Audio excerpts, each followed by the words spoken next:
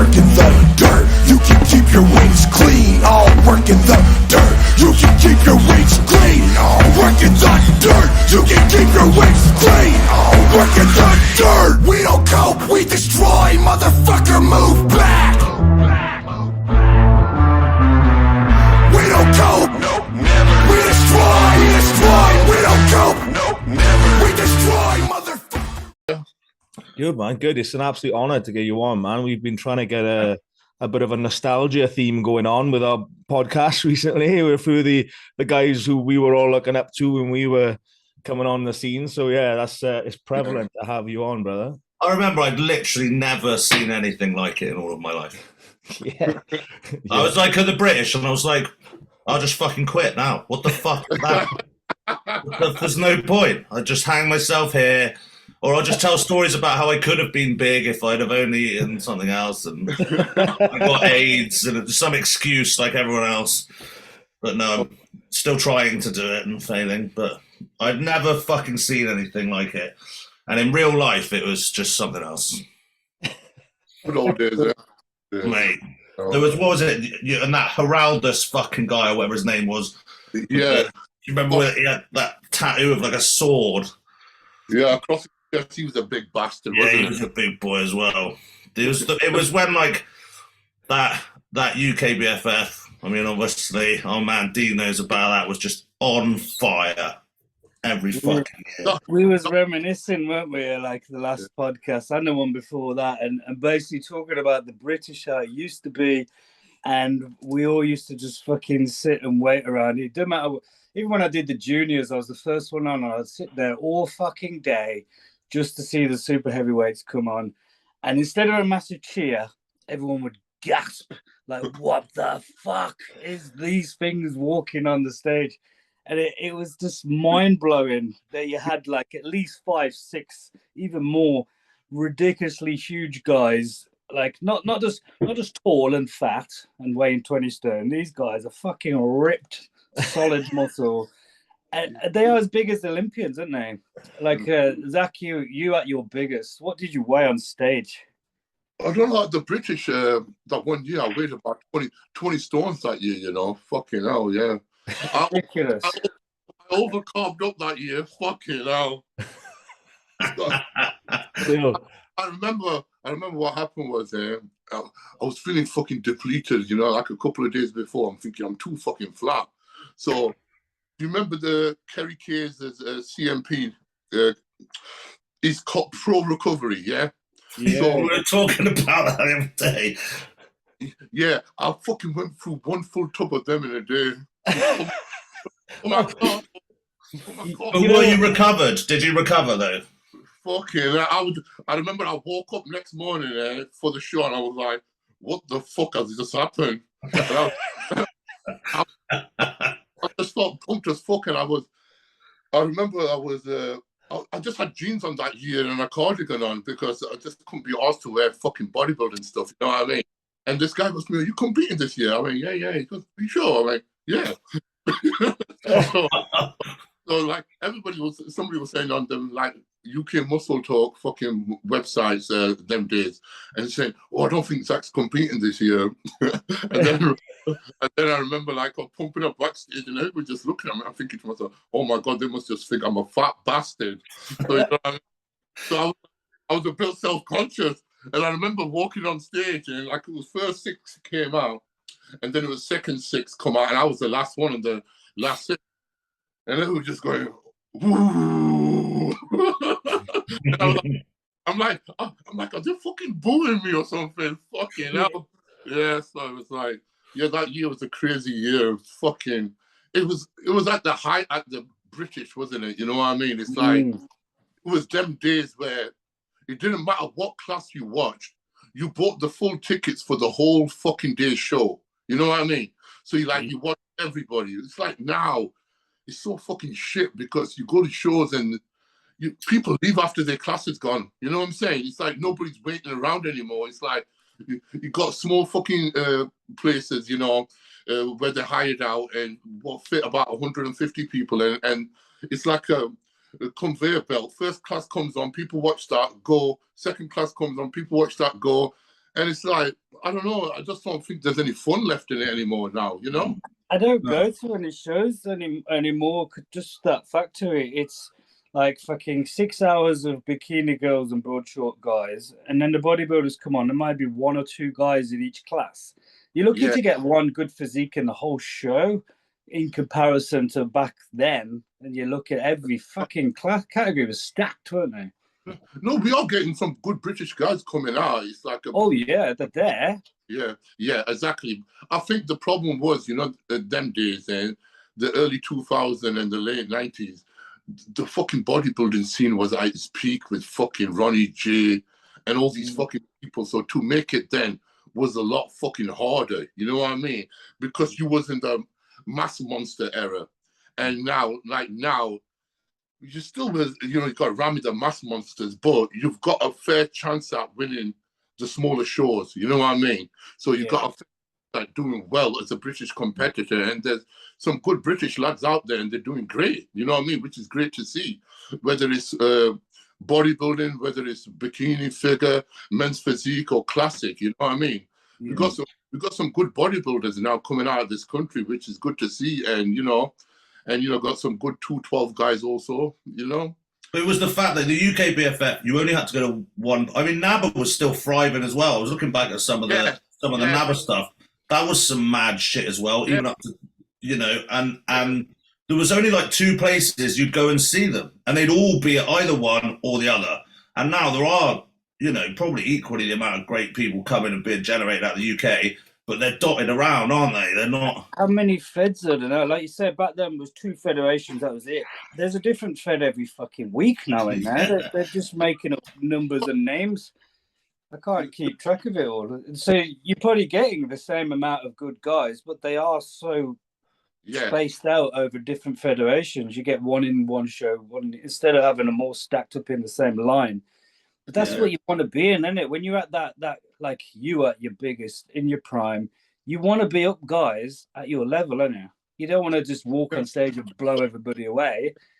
It's no competition.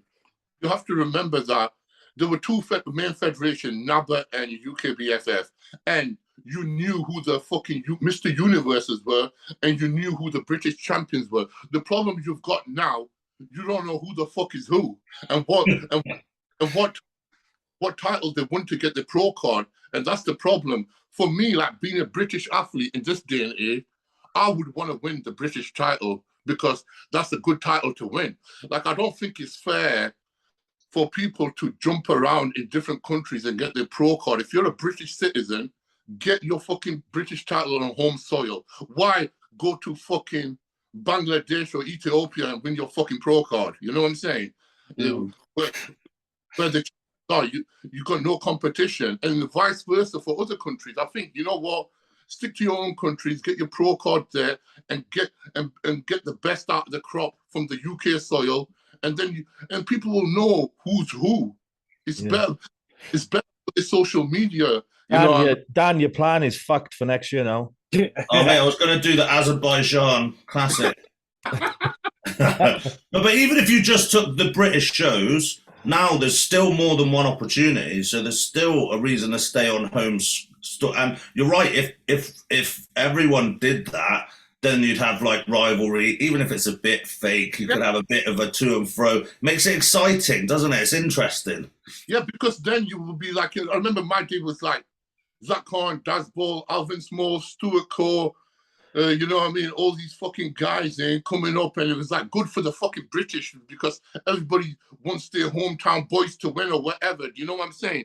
And it's like now, it's like everybody's avoiding each other just to get a fucking pro card. No matter how they get it or what they do, they just want the IFBB pro card, which basically means fuck all. Because once you become a pro, you're bottom of the barrel again. So it's like some people have turned pro way too fucking early. If they carried on doing it in the British home soil, they would win their pro card at the right time, and you make the right mistake as amateurs with your diet prep and get to know your body better, so that way you don't make them same mistakes when you're a pro.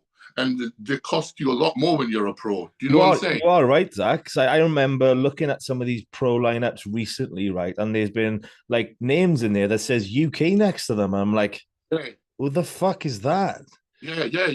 We don't even know who's a pro in our own country anymore, and we can't even support them because we don't know who the fuck they are because there's shows. You know what I'm saying?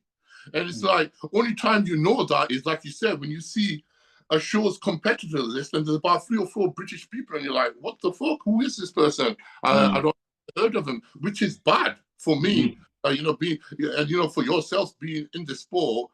And having a podcast, and you're meant to know everybody who's coming and going, which it's like now, like I always say, I put it down to what type of society we live in. We live in a society, we want fast cars, we want fast food, we want fast women, we want everything. Do you know what I'm saying? Everything has to be quick. Nobody wants to wait, for a pro card. People want it now. Everything wants now. That's why people filter their fucking pictures. I'm not bullshitting to you, man. I went to I was working a boxing event this weekend in Sheffield, fighting, and all these glamour girls you see on social media, they look like fucking 10 out of 10. In person, man, they're fucking out. They look terrible. You know what I'm saying?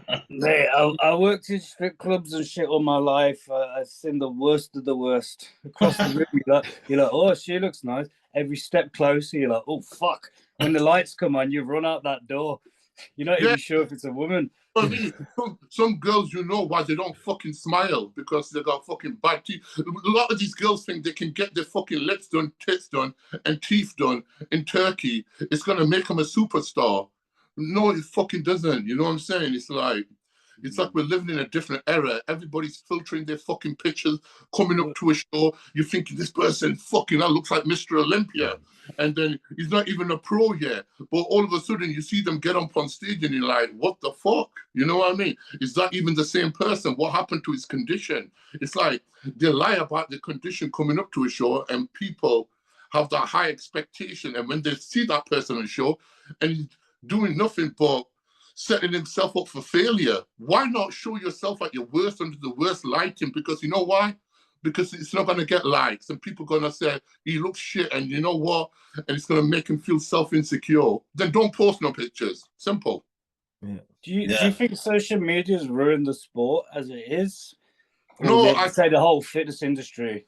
No, I just think people have ruined the fucking sport as it is. Not social media. Social media is great if you use it in the right way, for publicizing yourself as a bodybuilder, getting your name out there to be known in the right way. But but the problem is what people have done is like they're manipulating people. There's too many fake gurus. There's too many fucking fake coaches. There's too many fake people out there who have got no credential and they're helping people they shouldn't be helping. It's only in this sport and you can fucking say, you can help women, men, and fucking people with mental health. But any other industry, you wouldn't able to do that. Yeah, you need degrees. You need to be fucking years and years into university to get to that. It's like this coach, I won't say his name, that's been caught out messaging his 17-year-old clients inappropriately recently. Oh, I think you should call him out, mate. And the industry. He's now he claimed mental health issues. He's claimed now that he's been diagnosed with some condition. And it was ADHD. Yeah, ADHD, and now he reckons he's a life coach. Just all bullshit excuses for shitty behaviors, isn't it? Yeah, I've noticed a lot with certain coaches now. They're playing on the bandwagon of life coaches and working with women's fucking hormonal fucking issues. You know what I mean, and stuff like that. And they're just making everything look fucking fancy. Listen, to be a coach or to be a bodybuilder, you just need to know 2 things: is protein, carbs, and you're gonna fucking manipulate one of the others. And then if you want to start getting more complicated, it's the fats and the fucking cardio. Do you know what I'm saying? It's simple. And people want that fucking fancy diet where a coach is saying to them, oh yeah, you can have a fucking Rice Krispies, you can have fucking Pop-Tarts, you can have this and that. You know what I mean? And because Pop-Tart.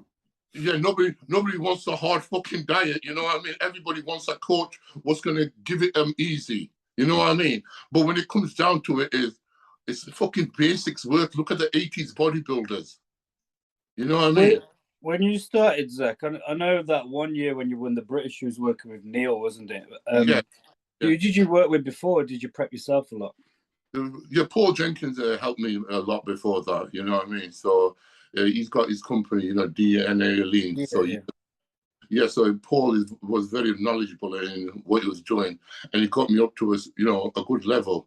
But then it came down to the point where I needed somebody at a high level to, you know, have a look at me and basically get my arse down into fucking gear, which Neil did, you know what I mean? So it was fucking hard. It was brutal, hard. isn't it? It's brutal. Yeah, it was fucking hard. It was brutal, and especially.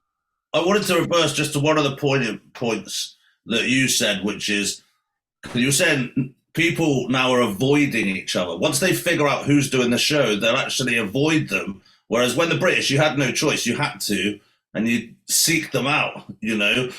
And it's true. Like, I think people now, not everyone, obviously, but like the kind of everyone wants to win. People don't want to compete. Why wouldn't you want to seek out the next guy and come and destroy him? I think the British bodybuilding could be so fucking good if they fucking sorted it out. Like, you know, I remember in the olden fucking days in the 80s, and when I was just coming into the sport, I remember you had to be from a certain area to compete in that show. So if you was from the north of England, you'd be competing in the North of England Classics or the London or the Welsh Classic or whatever. And then what that did was bring the best for the fucking British. You know what I mean? So this was when it was the EFBB, wasn't it? Before the UKBFA. Yeah.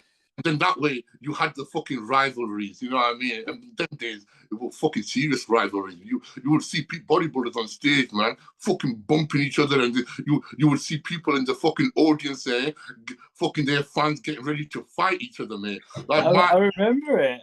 I mean, we had Daz Ball on last time, and you'd just done a pod on Simon's, in it? Simon Fann's podcast with Daz. Yeah. And you see a bit of footage and stuff there when all you fucking huge, ridiculous freaks on stage pushing each other out of the way. It's like almost going off on the stage, let alone in the crowd. Yeah, the thing was, awesome. Fans and Daz's fans were fucking at it, mate. I had to calm down the fans and say, listen, guys, me and Daz are fine. Chill the fuck out. Cool down. It was like, it was crazy in the audience, mate. You know what I mean? It would kick off. Like, that's crazy. It's like, you know, you don't get to see that anymore now. I don't know. With social media, like you said, everybody wants to be that social media fucking star. You know what I mean? If you're a super heavyweight now, Zach, you come out and there's one person at the front doing this. Yeah. Everyone's got home. Yeah. Like, man, nobody's fucking clapping for nobody. You go to these shows, man. I went. Well, my girlfriend does bikini classes, and I went to watch her show, and I was just like, we went a bit early, so I was watching a couple of classes, and I was like, fuck me, this is sad. You know what I mean? Nobody fucking interested. Everybody on their fucking mobile phones in the audience, or suddenly they come on, oh yeah, go, yeah. And then they come off and they fucking get the winner, and then they fucking walk, half of the fucking audience is gone, and then the next lot come in, and the same. And I'm just like, fuck me, this is shit. You know what I mean? It's like you may as well not even have any audience there. You may as well have that fake fucking laughter machine what they used to have in sitcoms. You know? Yeah. Hey, I got some death stares at the universe actually. I was like fucking giving it some. I like it. And I can create my own energy like it was. Like when I'm watching the show, I get into it, and like I'm like whooping and all this and stuff. People are like, "What the fuck are you doing?" I could hear you clear as day stood on stage, Dan. Yeah, Dan's right there. I was loving it. Well, what's your plan now, anyway? Mine. Yeah. What's your plan now? Oh, I've just torn my adductor, unfortunately, and I've moved my hernia mesh. I had a hernia replacement. Oh, how did you do that, Dan? You don't wank again. Leg pressing wasn't even that much, so it's like going in the 20 rep zone. Then on 17, it just felt like a kind of towel going my groin. And that was fucking 8 weeks ago. I could just about train leg like time under tension, like some failure points, but. I bet you really did that in the bedroom on the fucking sex swing, you know? Oh, mate, I fucking wish it was that cool. He's just got married, Zach, so it's definitely not true. Yeah, no, as soon as I got married, that was the sex swing came down. Soon as you get married, it all goes out the fucking window. Yeah. Yeah. You did it in the toilet, didn't you, Dan? You was watching some of Zak's stories with his Yeah. girls wobbling their asses around. I was watching 2002 replays. But the thing about it is, it's like, you know, it's like me being, you know, coming not from the social media era and just getting into the social media era and seeing the way the sports are evolved. In them days, mate, you know what it was? You had to be in the British finals in the top fucking 6 to get a sponsorship. You know what I'm saying? If you wasn't even in the top 6 in the British, no supplement company would even look at you. And then when you did get a sponsor and you was in the fucking top 6, you were grateful for fucking that. You know what I mean? Yeah. You was fucking grateful. It's like nowadays, you get guys in, nobody's like, you know, and they've got sponsorships and basically 1 minute they're with one fucking company, next minute they're with another company, and next minute they're with another company. And you know what? As an athlete, it doesn't fucking look good because this industry is small, so small. You can't be saying, oh yeah, 1 minute this company is great, I'm using their product. The next minute another company is great, I'm using their product.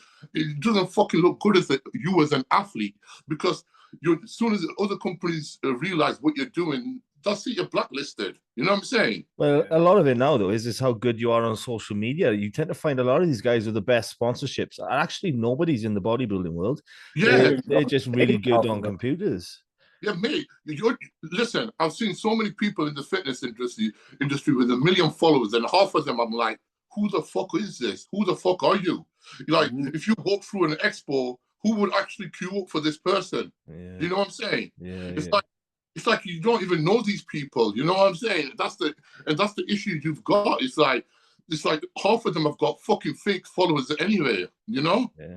The thing as well, though, Zach, is you got to take into account we're last of a dying breed. I think everyone wants to take the easy route now, and that's classic. And if it's not classic, it's men's physique. And you've got millions of these guys that want to do these attainable physiques. They don't want to put the graft in and wait and earn the tissue like you guys and like I'm trying to do. But they don't want to do that. They don't want to be patient, earn the muscle and be a big bodybuilder. They'd rather come in and do the classic because that's where their body weight dictates. Well, the classic's a curveball because the Pro League Classic. Oh yeah, no, that's a different league, isn't it? Amateur they must rank, have hollow bones. Yeah. Amateur rank versus pro rank are two very different things with classic, obviously. But the guys in the amateur ranks, you tend to find are just small bodybuilders because they fall in that weight category. Yeah, it's like you tell me something, what is actually, you know, classic, and when somebody talks about classic, we talk about the old school 80s physique, 70s physique, correct? You know what I mean? And half of these people aren't fucking classic. You can't just fucking do a vacuum and say you're fucking. I'm sorry. I may as well come on stage with my Dyson Hoover and say I'm fucking. You know. You're right though. I'm seeing this so fucking much is that the guys they get into bodybuilding, they want sponsors, they want all this fucking bullshit, they want everything now, and then they train for a month and they realize, oh, this is a lot fucking harder than I thought it was. So I'm just gonna jump into this category and say that I'm classic because I can't physically put that kind of fucking muscle on and stand next to these guys. It's an easier option, isn't it? You're either born for classic or you're not, though. Yeah, exactly. Yeah, it's the shapes, isn't it? The tiny joints. There should be a person there, you know, the judges should be like, there shouldn't be no weight limit on classic. I don't think so. You know what I'm saying? Because it's not fair. The taller you are, the more muscle mass you can put on your body. You know what I mean? I think you should look at a person and they should have measurements where the neck, the arms, the calves should be all symmetrical like they were in the back in the day. You don't need a weight limit because most of the people are doing that weight limit and they're not coming in their best look. And it's like that Peter, who do we interview the other day? Peter Molnar. Yeah, incredible physique. Incredible. Gone to 212 and his physique has come back to life again. Yeah, you know, and he's still downsizing that. I think he can put a little more, but he's too small with the big boys. Yeah, they're one of the best shaped physiques in the world. Incredible. Yeah, and because we're doing classic for so long, he just looked like his physique was dead. There was no pop to it, nothing. Yeah. And we're used to seeing him on the amateurs where he was full as fuck, you know. And he lost his wellness, hasn't he? He's unbelievable, and because he was so flat, he lost that. Yeah, wow factor. You've lost Yeah. it. Yeah, and that's the problem you've got is like, you know, you got these guys, then you got men's physique. There is no weight cap, so they can be big as fuck. So you got bodybuilders in men's physique classes who don't like training fucking legs. You know what I mean? So they jump into men's physique classes, and trust me, if it's all about drugs, then a lot of these guys think that super heavyweight bodybuilders have to take more drugs. And that I've seen a lot of these guys' protocols from classic and men's physique. They're taking fucking just as much as me. You know what I'm saying? I've seen them taking twice as much as big bodybuilders. Really, and on it all year round because of their modeling career, sponsorships, bullshit. Modeling career. Like Muscle models. They got to be in shape. Only fans career. Yeah, Look, yeah, that's it. I've seen like 21 years old, 20 fucking one, and they're on 1,000 grams of test and fucking 800 grams of tren, and then fucking on about 600 grams of equipoise, and the fucking rest is like, you're fucking 21. Yeah, yeah. And then they sex pest on all their clients because of all them drugs and sales because they've got ADHD. Except he's a lot older than 21, so he had less of an excuse. He just looks 12. Yeah. Anyway. I love a good rant. We just turned into grumpy old men, guys. Yeah, we've got to be careful of that. That happened to me a long time ago. Love it. Absolutely love it. I'd literally just found the photo, Zach, from 2013, I think it was. I'll just share the screen now. Your arm is the size of my head. I think we've all got one of those, isn't it? Yeah, we've all got one of those. The size like fucking bonkers. And there's no camera angle trickery there. That's a true picture. It's fucking crazy.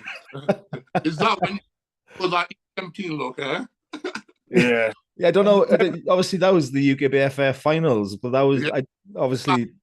It was like Harrogate, that one. That's the one, yeah. There was like 30 of us in the super heavies, and I was like standing behind a speaker. I did my quarter turns behind the speaker.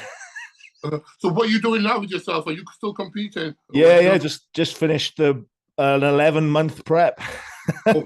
I did seven shows this year. I did the Universe last week, which was a bit of a bummer. It was a bit of an anticlimax. Only three of us turned up. Fuck off, really? Yeah. What Universe? Yeah. And apparently muscularity wasn't rewarded on that day, but I'm not going to get into too much of that.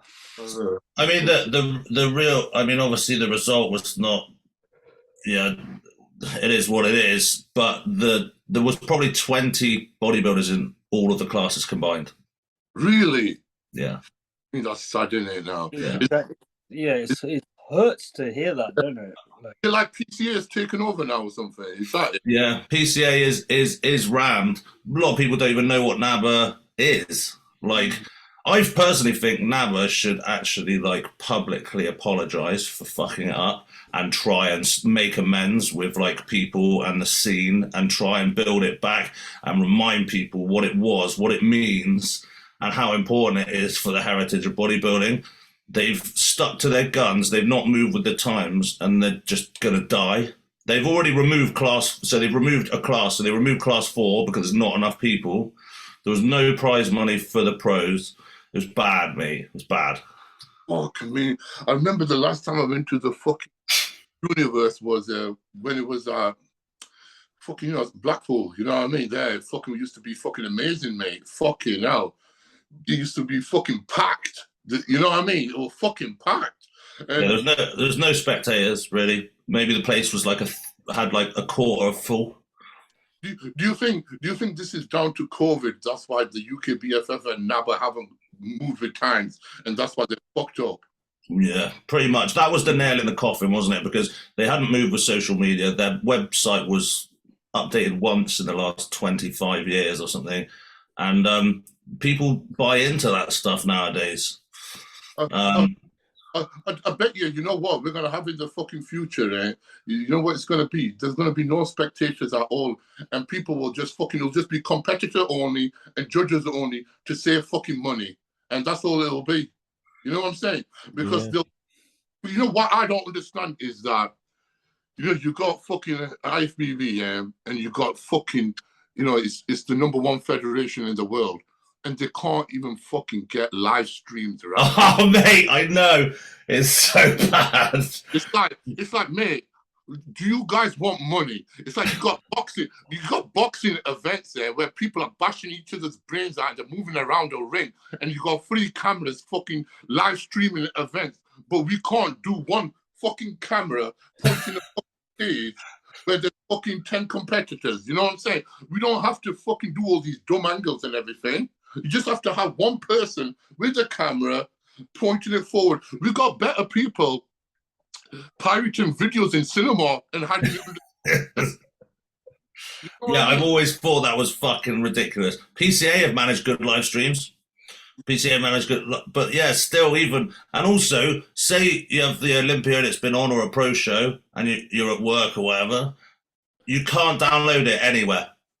Yeah. Like, why not? Like, I will pay money. I've got money. I will give it to you. And they're like, nah, no money for us. Yeah, it's like I don't understand why. I could understand it if they didn't have the fucking money. They didn't have the money wasn't coming in. Just from the athletes alone, they're making good money. So you know what I mean? So it just makes no sense, and it's so fucking sad to see that we have to go on Instagram for somebody to be live at that show to fucking film us. You know what I'm saying? It's like, how pathetic is that, man? You know what I mean? Everything's going with times, eh? You just need one person, like we are now. We got a fucking phone. I'm looking through a phone and doing this podcast. Have one person with a tripod on a fucking next to the stage, and film it. That's it. All you have to do, and you'll get better footage than some of these live stream cameras. You know what I mean? Yeah, you're absolutely right. It is fucking ridiculous, and there's money to be made. I can't understand why it's not happening. It's like I don't give a fuck what's behind the curtain. All this fucking LED shit going on. You know what I mean? Like you're in a fucking techno rave of the 80s.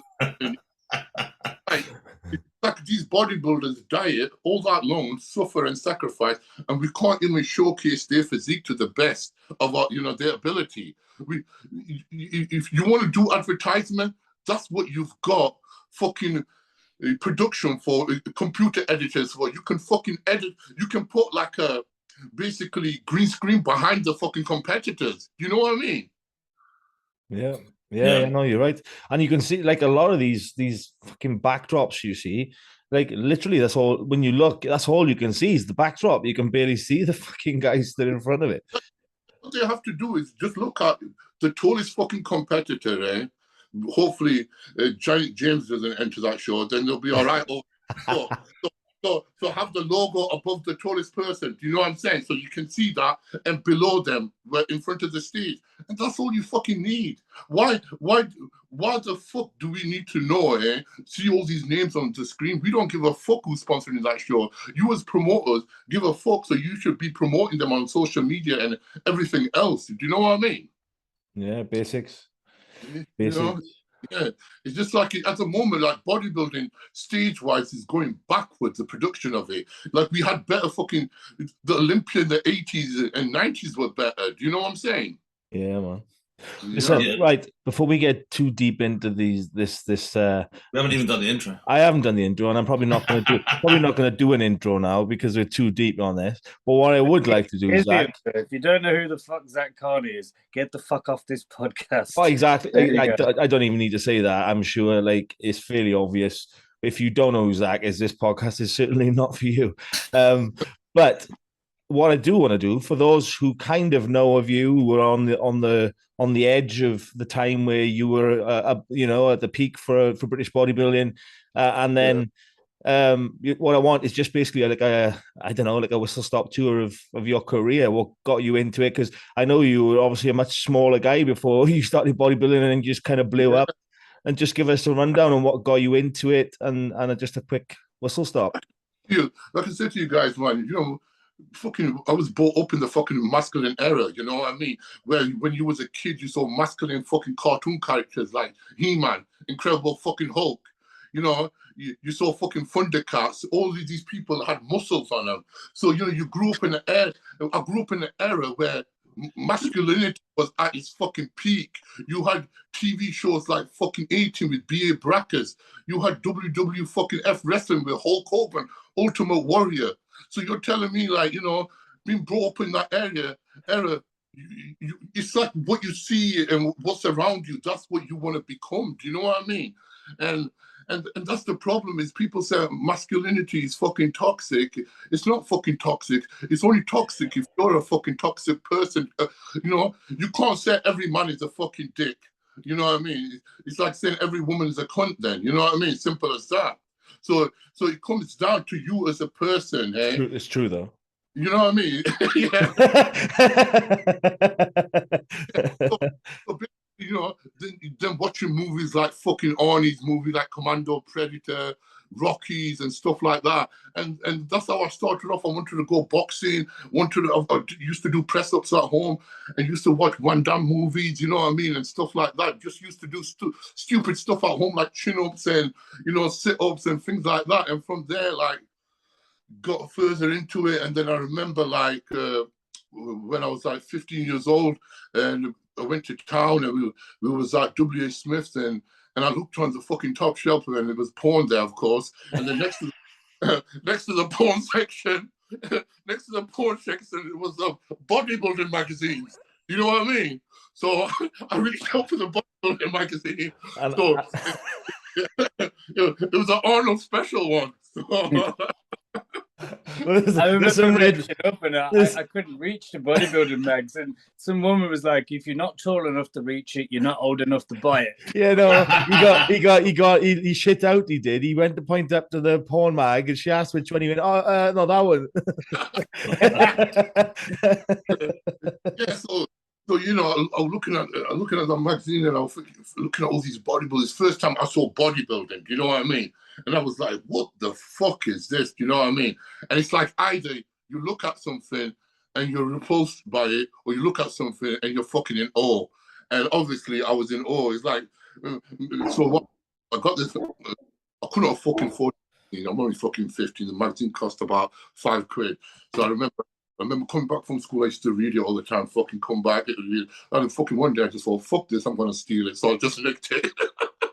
So I licked it. I remember one day my dad fucking found a Flex magazine in my room, and he must have thought, what the fuck is my son doing looking at half naked men?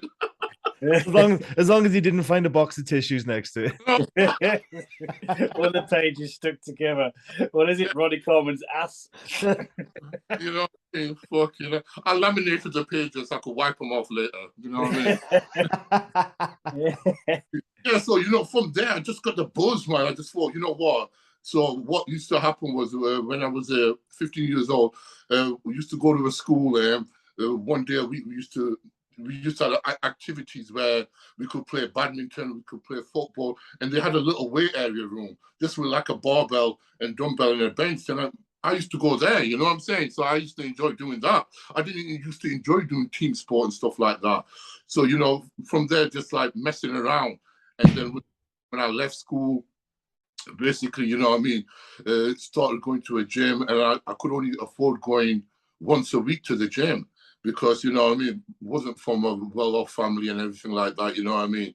My dad worked 12-hour shift in a factory, you know what I mean, and stuff like that. So it was hard, like, you know, to have that luxury of having going to the gym, and or had, you know, two brothers and sisters doing other stuff as well.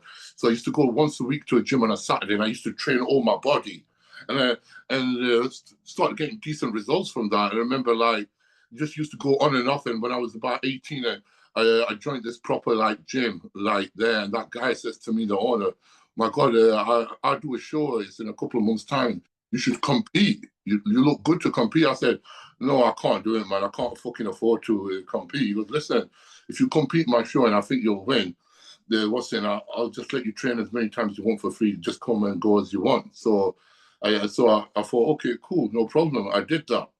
And then obviously I won that class. It was the local show in Sheffield, you know what I mean? So once I won that, and I didn't even tell my family I was going to compete. It was something I did. And in the morning, my mom saw that trophy. She goes, "What's that for?" I go, "I won a show." She goes, "No way." I went, "Yeah." And it's like from there, like, you know, just something I knew I wanted to do. That's what I was just into. I just got that fucking buzz.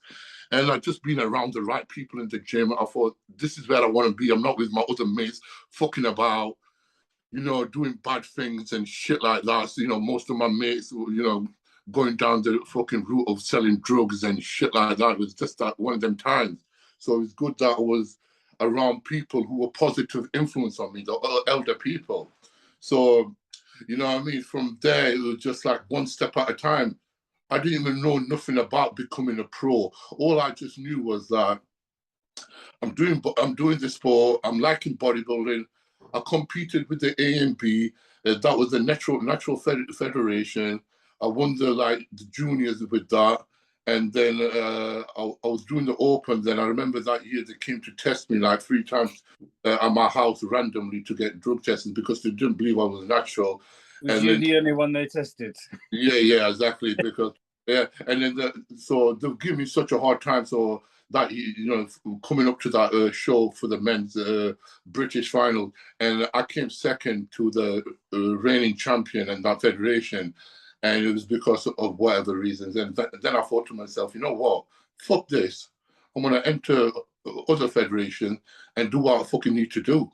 And obviously, it wasn't something where I thought I'm just gonna fucking take some fucking Dynabol or something like that. I did my researches, you know what I mean? I read that Llewellyn's book and everything, you know what I mean? It's like, I must have like read about steroids and what they were about for years before I even took the first step. And I remember my first step of taking steroids was I bought some Anavar, you know what I mean? I bought some Anavar and I remember like 5 milligrams there. I thought, yeah, this one tablet's gonna make me massive. You know what I mean? Fucking having this fucking one tablet. Yeah, fucking train. And I'm like waking up in the morning thinking, am I big yet? Am I bigger yet? Fucking hell. And then I remember like I did a cycle of that and I thought to myself, fuck me, nothing's happening here, you know what I mean? This is not for me. So I stopped it for a bit. So then I remember like I went to a bodybuilding show, Mansfield Classic. And I met the promoter there at the time, and he was talking to me. He goes to me, how's everything going? What are you planning to do? I said, I don't know yet. I can't compete with these guys because they're all taking, you know what I mean, gear and stuff like that. And he goes, why? You're not taking nothing? I go, no, I tried a cycle of Anavar, and it just fuck off for me. He started laughing because man, you need to be on more than that to get something from me. You know what I mean? Because you need to be on injectables. They're more safer as well. So basically, like, he took me under his wing for a bit, and basically I was taking one shot of, you know, sus every 7 days, yeah, at that time. And fucking me, first month, I must have put on about 1.5 stone, you know what I mean? And I was like, fuck me, this is it, you know what I mean? And this makes me laugh. Like, you was taking that Anavar doing nothing for you. The amount of stuff that you was taking is what people take today, like that Anavar. Because they're taking like 1,000 milligrams. You was on 250 milligrams a week and you put that much weight on. Yeah, I put on about a fucking stone, mate. Like, you know what I mean? A month, it was like my strength was going up out of this fucking roof and everything, you know what I mean? And it's like, so slowly, like, you know, that was my first cycle I did. So the second cycle, I did what's in, and we kept the testing and we put a bit of, you know, EQ in, you know what I'm saying? So we were like I was slowly building up to it because number one, I couldn't afford a proper fucking cycle, what you was recommending me to take, you know what I mean? So like me and my mate went half saying, and took half of the cycle each, and we, you know what I mean? I hope you didn't share the needles. Yeah, I was gonna say, half for you, half for me. Yeah, well, you know, so yeah, just from there, so, you know, then slowly start doing a bit more shows and, you know, getting my face known, and what's it now?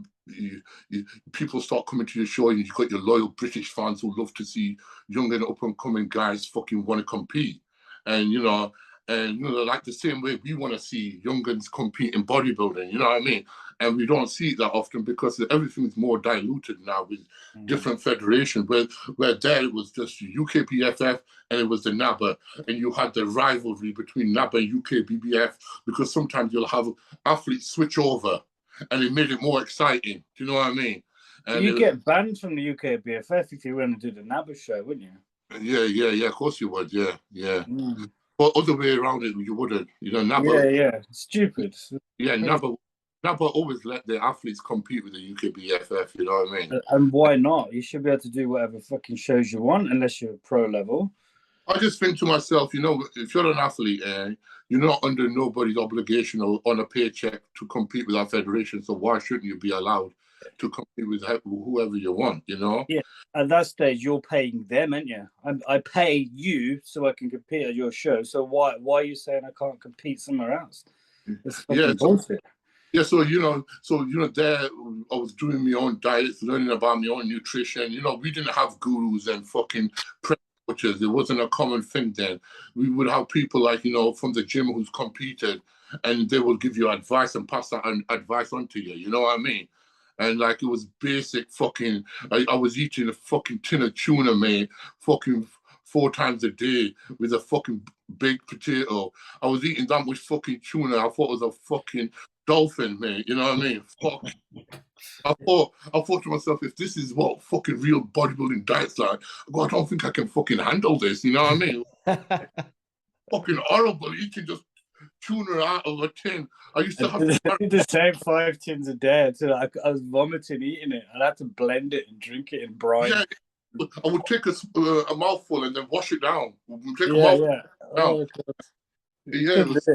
It was fucking hardcore. It's like, you know, now it's like, it's so different. It's like people compete. They know exactly what they want to do. They're like, I haven't done a show, and they'll be like to me, Zach, do you think I can become a pro? And I'm like, fuck me, man. You haven't even done 1 show yet, and you're already thinking about becoming a pro. Like, when I competed, I didn't even know there was a pro card. You know what I mean? Until I got to the British level, and they said like, oh, once you become a British champion, you can become a pro and compete in America and stuff like that. It was only until then I knew. It wasn't something where I thought, oh wow, I'm a junior now. I want to become a pro. Do you know what I mean? Hashtag road to pro. Yeah. You know, it was a more like, the thing about it was, you know, I went to college, I went to university, I had other things, you know what I mean, what I was doing at the same time. It wasn't like, oh, this is my whole career, this is everything I'm going to put into this. You got people now where they want to make it a career, you know what I mean? And good on them if they can, you know what I mean? Because a lot of people are doing it, and it seems like they're doing all right, you know? So all the best luck to them. But in my time, it wasn't like that. You would have to have a fucking job to afford this lifestyle. You know what I mean? And it was hard. Yeah, give us a rundown then. Obviously, you had a couple of years where you were on the fringes of getting that pro card, and eventually you did nail it. Give us a rundown on that for those. Well, we know, obviously, you sat here because we watched. But ultimately, for those who don't know, well, you know, how close were you for how long? Yeah. Basically, it took me fucking 7 years to get my pro card, and was fucking, and out of them 7 years, I was 5th place, second. You know what I mean? Yeah, 5 years in a row, I was 2nd place. You know what I mean? So basically, like, you know, guys nowadays can jump on a fucking, you know, plane and fucking get the pro card. As a country, we couldn't in my days. We had to fucking wait the year after, because even though you won your class, if you didn't win the overall, you won't become a pro. So like, you know, getting second, fucking Daz Ball, Alvin Small, there was a blind guy called Ricky something. Yeah. Remember he won it, didn't he? Yeah. Fucking blind guy, man. He was fucking awesome, mate. Fucking monster. Mate, the guy had fucking condition. You had to be walked out on stage with somebody. You know what I mean? Do you think he is the guy helping him? Like, he's fucking coming close to a show. He's shredded to fuck it. He's in the mirror. He's like, how do I look? I don't know. No, mate, you're still fat. Keep going. Got fucking shredded, didn't it? It's like crazy. It's like, mate, I was that close to it. So it was like, I came second 4 years in a row. Then I remember I came 4th place after that, where I came 20 stone too big. You know what I mean? And I thought to myself, you know what? Fuck me. I'm not gonna get me pro card. Fuck this. So I was actually all that year I was thinking about not competing again. You know what I mean? And that's when I met Neil Hill. I won a bodybuilding show. Then he says to me, mate, listen, if you don't fucking compete this year, you're stupid. Fucking good. Listen, message me, and let's get a plan together and let's fucking do it. And that's what we fucking did. And that was the year I won the Welsh Championships overall. And then 2 weeks later, I won the British Championships overall. So you know what I mean. So that was a good year for me. You know. Yeah. What did you weigh on stage that year? Because you came in slightly smaller, but you got a really good balance, didn't you? You were still pretty full. Probably the best condition I've seen on you. You looked crazy. Yeah, I really sucked down there, and I must have been about fucking 16 stone, mate. You know what I mean? So I came really fucking down, but I lost a lot of muscle tissue as well. Yeah. But it's what they were looking for. Do you know what I'm saying? That's what they were looking for. Obviously, I could have weighed a lot more, but because Neil didn't know my body and was first time working with me, he had to be, you had to play it safe. No like guest game. So he really wanted to suck me down and then basically carb me up. You know what I mean? And ended the goal was to win. So we did it. You know what I mean? So, and I just thought to myself, fucking hell, big relief. You know what I mean? Big fucking relief. What do you think your sweet spot would be? What would you weigh at your best if you hit your fullest and best condition? I think I probably would like 17.5, something like that. You know what I mean? Yeah, something like that. Where my muscle bellies feel full, and you know what I mean. But it's like I said. What? How tall are you? 5'9", 5'10"? 5'11". 5'11". Yeah. So huge amount of muscle in it to carry. Yeah, the problem is with me, it's like if I diet down too much and I look too flat, I look fucking, my physique looks dead, like Peter Moment, like that, you know what I mean? So I have to get that fullness in my muscles to look freaky, you know what I mean? And that's the balance you need to get. And it's that game. It's like every time I've used the diuretics, I've always fucked up my condition. Same with me. I'm small and flat. Yeah. Fucking happening, and you ruin. You go on stage looking like you're fucking 4 weeks out from a show, mate. You know what I'm saying? And it's fucking the most horrible feeling, like knowing that you can't get that fucker right. You know what I'm saying? It's hard. Yeah. And people think like, oh yeah. I worked out my physique. I know what I need to do to get in shape and get it right. Listen, every year your diet is going to be different. And every year, your last week prep is going to be different. It never, ever be the fucking same. If it was the same, you wouldn't need a prep coach, or you wouldn't need anybody else to overlook you. You know what I mean? When your head is going. That's the main thing for a coach is he looks at you because he's not on fucking zero carbs. You know what I'm saying? And he can tell you exactly what you need to fucking hear because. Hello. Can you hear me? Yeah. Yeah. My batteries are going a bit, so you know what I mean. So yeah, that's the situation. How it happened with me, how I got into bodybuilding and everything else, guys. You know. Yeah. So listen, if obviously your battery's low, and I guess stuck into some questions, and a couple of the guys who put questions on the page. So Rob Cannon, we all know Rob Cannon. Obviously, he competed today. So and yeah, he looked phenomenal. Fair play to Rob. So his question was, if you hadn't had the misfortune of tearing both your quads soon after you turned pro, how differently you think your career as a pro would have been? It's one of them things, who knows, isn't it? Who knows? It's one of them questions. It's like, we can only speculate, can't we? You know what I mean? Like, you can never really tell. It's like, it's saying somebody, he has a car accident and he's a Formula One racing car driver. Would you have been world champion? Who fucking knows, innit? You know what I mean? It's one of them things. I just think, in life, everything happens for a reason. And, you just have to keep moving forward. And maybe my reason was, was that to fucking get other people motivated and, get into this sport and, basically show people who have got adversities in life, you can fucking do it. You know what I mean? You can do it. Get back on stage even after a fucking horrific injury. You know what I mean? Yeah. Like I said to you, I would have definitely been on that Olympia stage. You know what I mean? Definitely. Yeah. You tore both your quads off, didn't you? It was a horrific injury. Yeah. How did that affect you at the time? How did you come back from that? Because most people would just think that's it, career over. I honestly, like, when I heard what the doctor said, he's like, basically giving me a fucking hard time about it, saying, oh, you shouldn't be doing that.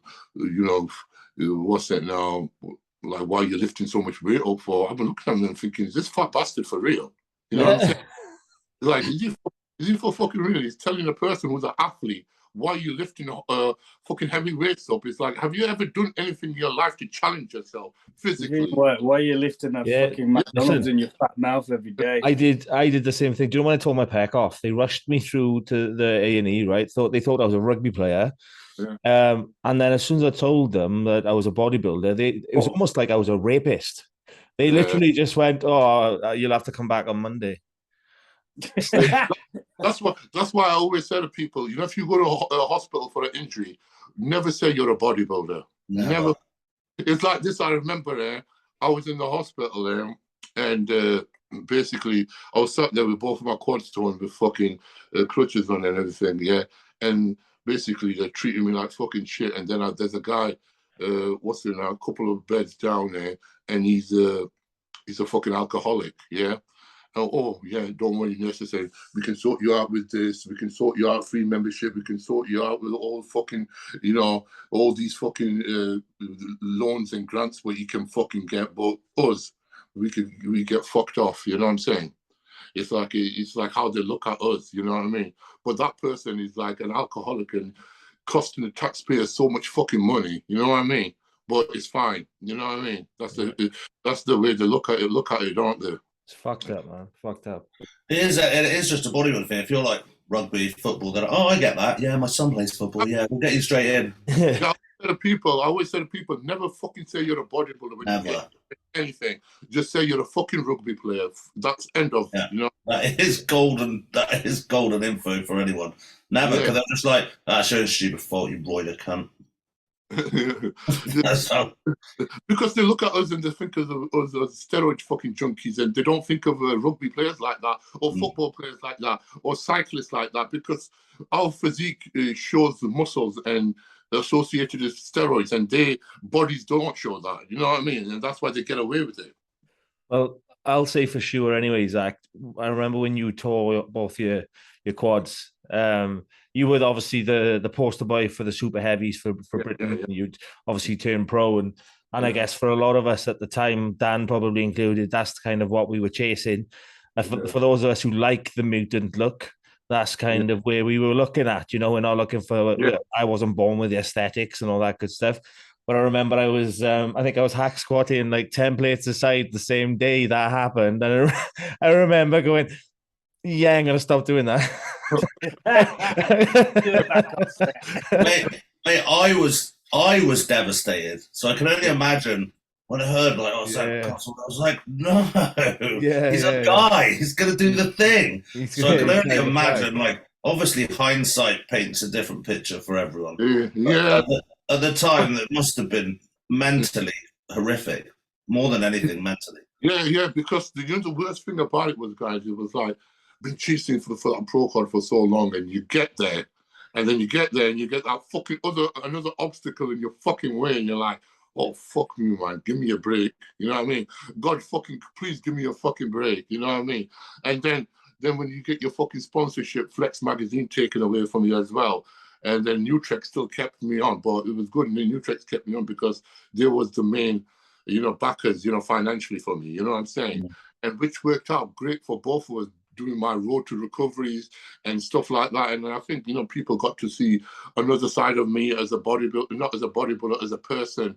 And, which was good because I was one of the first guys to do video blogging. And then Rich Piana came along and took the next level to that, you know what I mean? So it was good to, get that motivation with people from a different way and getting messages of encouragement of guys also, you know what I mean? The bodybuilding community, it can be shit at times and it can be great at times. And it's how you deal with it, because it's so easy for people now to not even know somebody and post on under their picture, or you look shit, or you look this, or look that. And I just think it's so fucking shitty that people are like this, you know what I mean? It's like we only get it in our sport now. It's like we're open to fucking criticism by nobodies with fake accounts and things like that, you know what I mean? And it's like, you don't know a person and you can't judge a person. It's like people are being gifted with certain genetics. Yeah, some people have got better genetics and they don't work out as hard, and they do well in the sport. And there's some people who haven't got great genetics and they bust their fucking balls off. And then for somebody to turn around and say, "Oh, you look shit," or this, it's like, listen, fuck off. You don't know nothing, and you don't deserve to fucking talk to anybody like that. And that's like Mike Tyson said. The problem with people, social media is, you know, people have got comfortable not getting punched in the face for what they say. Yeah, it's so true. Even just like, yeah, there was a time where you would just get punched and you'd learn. It was a good lesson. Like, We all did it, right? When we were younger, we said some shit and we got punched in the face when we were kids. I guarantee you that none of you guys here have had some guy walk up to you in the gym and say to your face, "You look fucking shit." They just wouldn't dare do it, would they? Well, why is it okay on social media to people do it? Because they're hiding behind and hoping that you'll never find out who the fuck they are. Yeah, that's what they've got comfortable with hiding behind a fucking phone, and that's the problem with social media. It's that we're open to, on Instagram and Facebook and shit like that, to criticism by people who haven't even achieved a quarter amount of what we've achieved. You know what I'm saying? And that's the reason why I always say to people, keep believing in what you fucking do. Keep fucking striving and surround yourself with people, like-minded people, what are going to look out for you, and you look out for them, and you help each other on this fucking journey, you know, of life. I don't call it a bodybuilding journey. I call it life. This is what you make. This is your fucking life, and this is what you want to do. So why are you going to surround yourself with fucking negative people? It makes no fucking sense. You know what I mean? And that's what it's all about, you know, having this community. We're talking to each other, and, you know, we're here to help each other out. You know what I'm saying? And basically, I'll give people no bullshit fucking advice, and if they like it, great. If they don't, that's it. You know, cry the fucking corner. You know what I mean? Yeah, Zach, I don't think anybody's come to you for anything but a straight answer. To be honest, pal, you've not made it. You've not been shy about your opinion over the years, and I absolutely fucking love you for that. If I always wanted a controversial watch, it was always watching your stuff. It was fucking hilarious over the years. But there's a difference between giving it real and being negative, and some people like mix those things up. Yeah, Oh, you're just being negative, and it's like, no, I'm just. A lot of people ask questions just to receive the answer that they want, and if they don't, it's evacuated and it's called negativity. It's not. Yeah, the perfect example is you'll get a guy who's been prepped by somebody, and he'll come up to me and he'll say, "Zach, oh, I'm doing this, I'm doing that." I said, have you got a coach? He'll say, "Yeah." I said, "Well, fucking listen to your coach then. Why the fuck are you asking 10 different people?" And then what happens is, you on show day, you don't fucking listen to your coach who thinks you're listening to him, and then you'll be slagging him off saying, "Oh, you couldn't get me in fucking shape." And that's the fucking problem you've got. You've got flavor of the month fucking coaches. You know what I mean? And that's the problem with social media. You'll see like a certain coach now, getting his name out there. Everybody's going to him. But what I say to people is, what you don't see is the shit athletes what got shit placing, what don't be posted. Do you know what I'm saying? He's got a couple of high-profile fucking athletes, and he's milking that, you know what I mean, for everything else. And it's like, it doesn't matter what coach you go to, along you just want a coach who knows his fucking shit, and he tells you how it is, with no bullshit attitude, and basically listen to him. If you listen to him, like in one season, a coach is not going to find much out about you, but you give the guy a chance, a few seasons of competing with him, let him learn your body, and then you can make your mind up. But people are so quick to jump from coach to coach. You know what I mean? Yeah, We're all looking for that magic pill and the next secret, and that guy didn't do it. It was too hard. I look shit because you didn't put the effort in.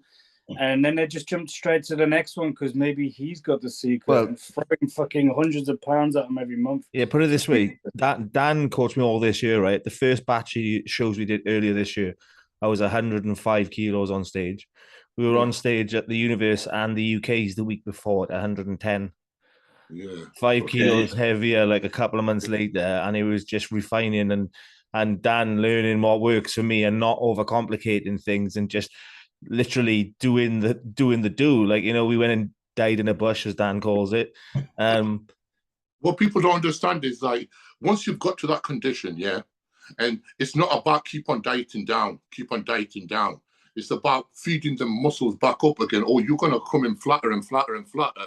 It's not just about doing more cardio, and eating less and eating less. You know what I mean? And this is where, you know, a coach will have to find a sweet spot for you. You know what I mean? And everyone's sweet spot is different. You know, Yeah. like you said, you might not get it right the first time. No.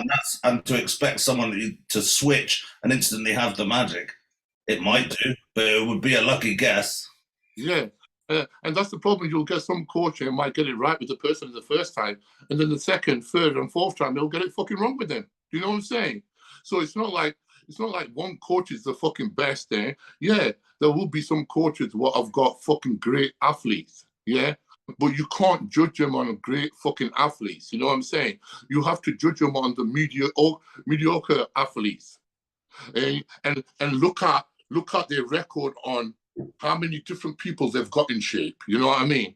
And you're exactly right there, mate. I'm seeing it a lot, that you see these coaches, they prep 100 guys, they just push them aside, they treat them like shit, and they look like shit. And then they get a couple of good pros who look incredible, jump on them, they're going to look good no matter what they do to them. So they do a pro show, they look fucking great, whether they could have been better or worse, who knows? And then they put their name to that, like, I prepped him. And it's the consumer's problem as well a little bit, because I actually want to see someone take someone with shit genetics and make them just a lot better. That's much more, or as equally as impressive as getting someone with the ultimate genetics, you know, do what they were born to do.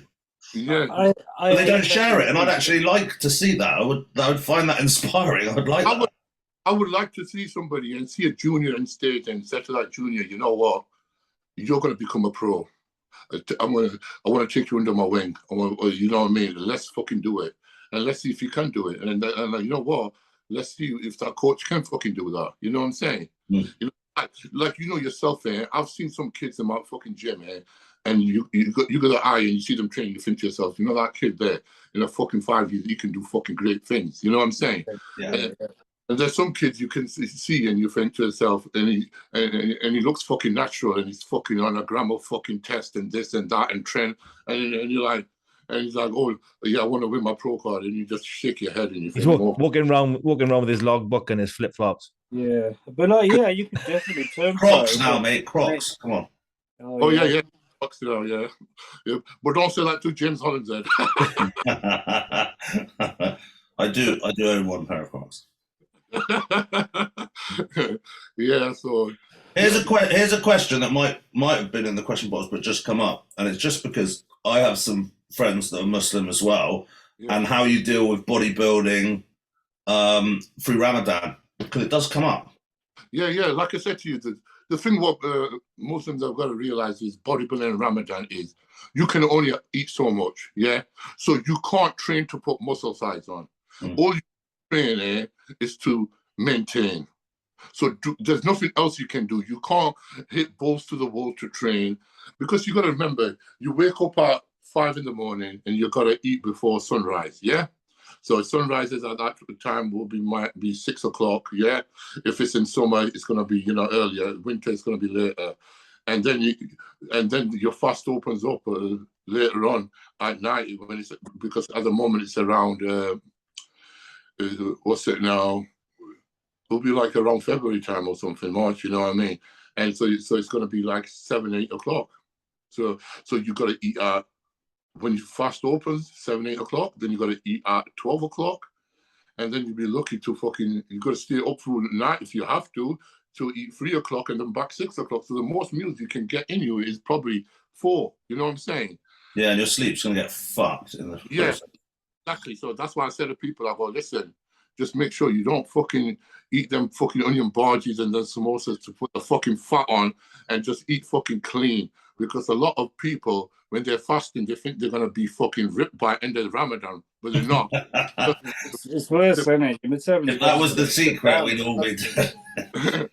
It is a really interesting question. I mean, I prep some guys and help them when they're fasting. I tell them, because you're going long periods of time, you're basically fasting for that long, your metabolism is going to slow down. So it is all about maintaining. Yeah. So I tell them, don't eat any fucking simple carbs. If you're going to eat any carbs, keep them as complex as possible, but really bump your good fats up and get as many meals in while you can to get that amount of protein. Yeah, get more dense food, get more dense calories, you know what I mean, and stuff like that. And remember, there's only so much you can do. So you'll be lucky to even eat half amount of the calories. So why are you going to bust your balls off in gym and try to train too hard and you're on restricted water, everything, you know what I mean? So yeah, I think a lot of people are starting to learn, you know what I mean, that like with Rami, he's lucky, he's in the Middle East, the faster there aren't so long.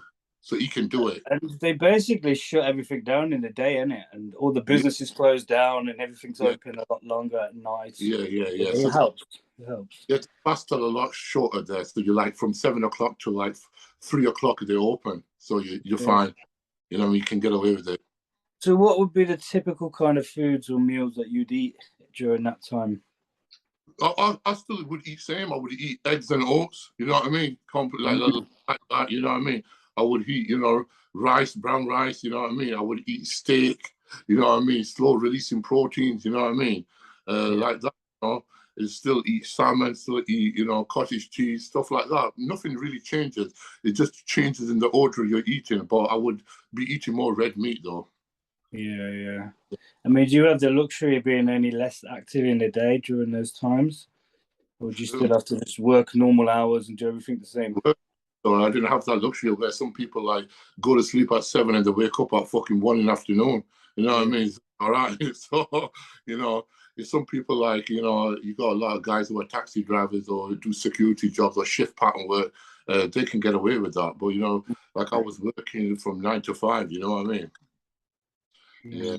So from a really useful question, Connor Fabian wrote on there, pussy boy, by the way.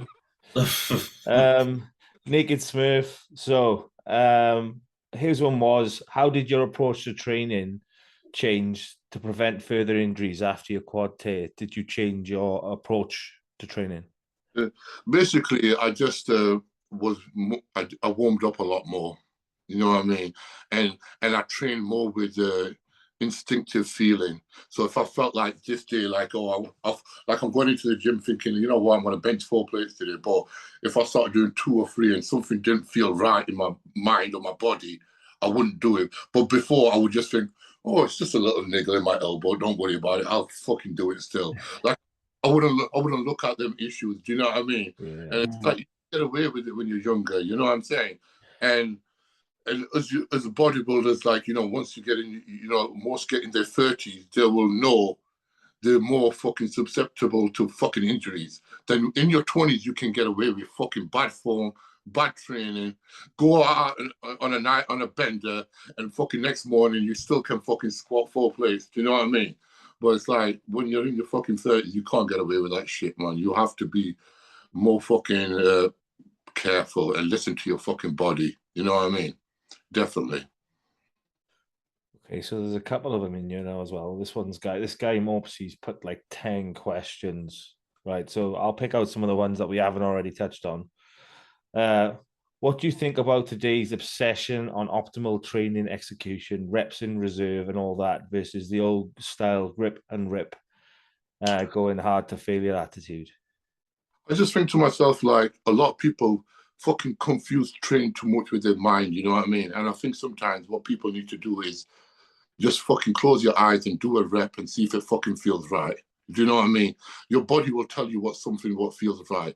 But you know, if you're counting reps like going 5, 4, 3, 2, 1, 1 rest and fucking 1, 2 up, stuff like that, it just starts getting too complicated for people. Don't get me wrong. If you got an injury and you need to train lighter, then I think, yeah, it's a good way to do, like, you know, slower reps and stuff like that to make that exercise feel harder. You know what I mean? And build up that strength, because you got to understand, like, if you're chasing a logbook sometimes, you're getting to a point where your reps start getting shitty, you know what I mean, to a point, and then you're just chasing that weight and the form starts to become crappy. So that's why I think to myself, you need to reach that happy medium where you got good reps in control and, you know, and the weight is good. You know what I mean? To overload the muscle. When you're doing a rep, you should be doing a rep where you're knowing that you're in control of that whole rep. Like Dorian says, you know, you should be able to control that negative, not just flinging it down. You need to be able to, you know, pour slightly and then power it up. You know what I mean? Explosiveness. But the problem is you've got too many people. It's like they've got too many fucking add-ons to train with and shit like this, you know. And it just, the whole workout becomes a fucking, it just becomes like the krypton factor. You know what I'm saying? You know what I mean? Yeah, So, we talk about that quite a lot. You got these guys with no muscle going into the gym with their calves and their bands, and they're doing isolateral squeezes and concentrics. You And can't outthink being a pussy. I've said it a million times. It still has to be hard. And like I said, with an injury or something like that, you have to find other ways of making it hard. exactly. And so, yeah, completely agree with it. But otherwise, doing some just good reps is hard enough. That's what I mean. It's like a lot of people are fucking they just got bad form, and that's one thing is overlooked. Is for a second, forget about the weight. Look at your fucking form and start building it up, and you will start to see, you know, mind and muscle connection is another one. What people don't look at, they haven't got a mind and muscle connection. They don't realize that when I'm training chest, it's like I'm squeezing my pecs. You know what I mean? I'm not just throwing the weight up and down. You know what I mean? And that's something what you can't tell a newbie. You can't teach him over the phone or him watching your video. He has to be in the gym, and you need to feel the muscles and see if they're working, and explain to him this should be tensing now. You know what I mean? And this is how you should be breathing. A lot of people don't even know how to breathe properly when they're fucking training or squat. It's a huge thing that's overlooked. Yeah, is breathing, or people panic repping. It gets hard and they like hold their breath, or a lot of people, they do extension, they go like this. That's my favorite. They go into Stephen Hawkins mode. I see it all the time. And I was like, no, keep your spine. You need the spine. Keep it straight. Barbell curl, and they're like, yeah. like, what the fuck are you doing, mate? You know what I mean? Fucking look like you're fit, you know?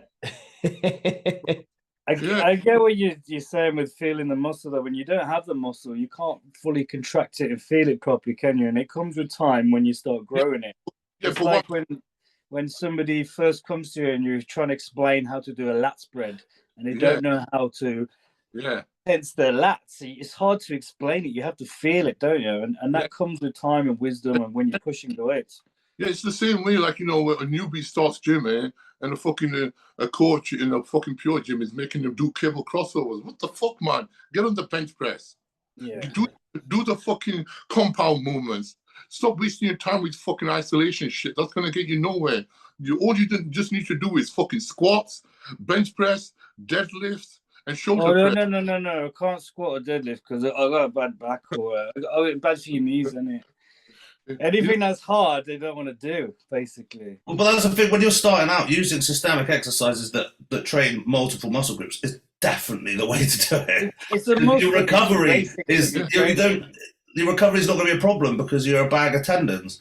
The people that go into the gym, I'm not really feeling it that well, and it's like, because there's nothing there. You just have to keep going. You will feel it. Like, but people want this amazing connection that they've heard at through these complex training systems. It's not going to be delivered by any speed of rep in any sort of rotating movement because it doesn't exist. You can't flush it with blood because it's not there. Yeah. The problem you've got with these young kids is they're looking at wrong people on social media, and they're looking at exercises what look glamorous, and they look, you know what I mean, nice for the social media. You know what I mean? These guys, listen, you know, a big bodybuilder can fucking do, you know, cable fucking rows or something like that, and it can make it look good. And a kid's gonna think, oh, he built his back with that. No, fucking built my back with barbell rows, mate. You know what I'm saying? Fucking simple exercises. You don't see many barbell rows happening in the gym anymore. No, you don't. People don't want to do shit like that anymore. But they want to do quarter rep deadlifts with 10 plates on each side. You know? It's barely even a shrug, isn't it? When, it's so far above their knee. That's why, you know, like my advice is for people, and if you're on fucking social media, you're a beginner, follow fucking old school bodybuilders, because they're going to keep things simple for you. And you're at that stage in your career where you don't want things complicated. You know what I mean? That can come later. Yeah, that can come later in time. At the moment, you just want to stick to the fucking compound movement, train 2 or 3 times a week, no more than that. You don't need to be in gym 5 times a fucking week. You know what I mean? Even Dorian only trained 4 times a week. You know what I mean? And there you go. And how many times did he change his routine through his Olympia fucking victories? Never. Never, literally. He didn't ever change his back routine, did he? It was always the same. Yeah, it's like I get people and they say to me, "Oh, when's my training going to change?" I went, "What do you mean when your training's going to change? You're improving, you're doing well. Keep at it." When there's something wrong with it, Yeah. then we'll talk. When I start seeing there's something lagging, then we'll add another exercise in for that lagging body part. You know what I mean? It's like until then, it's like somebody explained it. You know, these one of the Richard Gaspari, he was saying that we used to do like 5 sets on arms, 5 sets on legs, 5 sets on chest, and whatever in them days. And because then we did that for 6 months, and I looked at my physique and looked at myself and I thought, oh, my chest is lagging now. So, you know, instead of 5 sets on chest, I'm going to start doing 6 sets. You know what I'm saying? A bit more on chest to get that more volume. And that's how we used to balance it out. If something was overgrowing another body part, we would take a set away or we would add a set in. It's like, it wasn't complicated, was it? You know what I mean? Well, that's worth mentioning as well, is that usually if you're working at max capacity, the volume has to come from somewhere else. You can't just constantly load more and more. But you're talking about 5 sets in total, right? If someone's going to watch it and think 5 sets per exercise. No. 5 sets total. That's all they did. You know what I'm saying? It's like, it's not just about adding the fucking extra sets in. There's other way to skin a cat. You know, there's negatives. There's, you know what I mean? Rest pause. You know what I mean? There's fucking negative. What's it now? Supersets. You know, there's different ways to fucking skin a cat, and that's what people need to realize. But it's quite funny. He's a cat on his lap. Yeah, don't skin that cat. As you said that, she jumps up. She's like, "Fuck that! What are you saying?" The main thing is people need to learn the basics, and that is how to perform an exercise and execute it correctly. And that's where people go wrong. You know what I mean? Absolutely. Yeah, 100% agree. Next question is, do you think the mental aspect of bodybuilding is underrated? Have you had any mental tribulations yourself, and how did you deal with it? Basically, obviously, the mental aspect, if you go through injury, you go through hardship, people break up and the outside factors can affect you a lot. And a lot of people don't even realize it's like the drug side of the mental aspect of bodybuilding is fucking greater than people think. Like, just by people don't want to come off steroids because it makes them feel shit, it makes them feel less human, it makes all their hormones imbalanced and everything, and it makes them fucking suicidal. And people don't talk about that in bodybuilding, the drugs, how it makes you feel when you're on and how it makes you feel when you're off. And this is why we've got a problem in the sport where a lot of people don't want to come off a cycle. They come off for a couple of weeks and say, oh, fuck me, I feel shit. Oh, you know what I mean? I'm losing it all. You know what I mean? Start getting paranoid. They start getting weaker, start losing a bit of muscle size, and they don't know how to fucking deal with it. And before they know it, they're on a fucking cycle for the next fucking 5 years and never really come off. You know what I'm saying?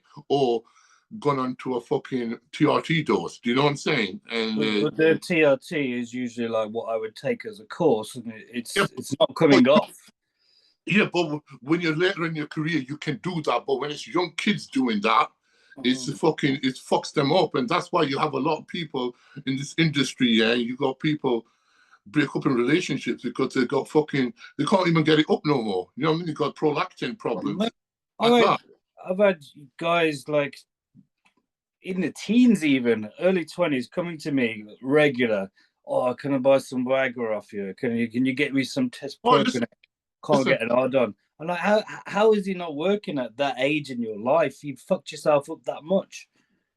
Yeah, and it's sad, isn't it? You know what I mean? Like, it's like so many girls will talk about their partners and he's got fucking problems. Like, well, what do you think I should? I go, what the fuck are you telling me for? Like, you know, you need to fucking get him to contact me, and this is something you need to sort out.